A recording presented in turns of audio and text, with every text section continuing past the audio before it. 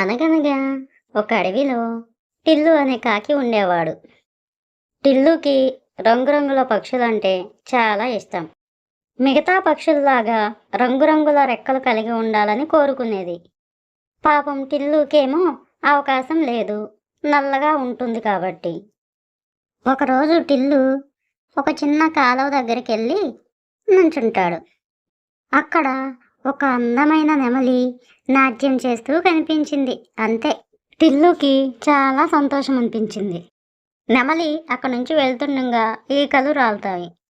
ఆ ఈకల్ని తన తోకకు అంటించుకొని టిల్లు చాలా సంతోషపడతా ఉంటాడు.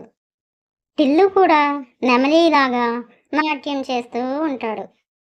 ఒకరోజు టిల్లు స్నేహితుడు మోలు వచ్చి, అరే నువ్వేం చేస్తున్నావు? నువ్వు చేస్తుంది నీకైనా అర్థమవుతుందా? అయినా నువ్వు నెమలీకలు తగిలించుకోగానే నువ్వు నెమలివైపోతావా? దేవుడు మనకి ఈ రూపాన్నిచ్చాడు, మనం ఇలా ఉంటేనే బాగుంటుంది అని చెప్తాడు మోలు. మోలు మాటలు విన్న టిల్లు బుద్ధి తెచ్చుకొని ఆ ఈకల్ని తీసి పడేస్తాడు. అప్పటి నుంచి టిల్లు ఎప్పుడూ బాధపడలేదు.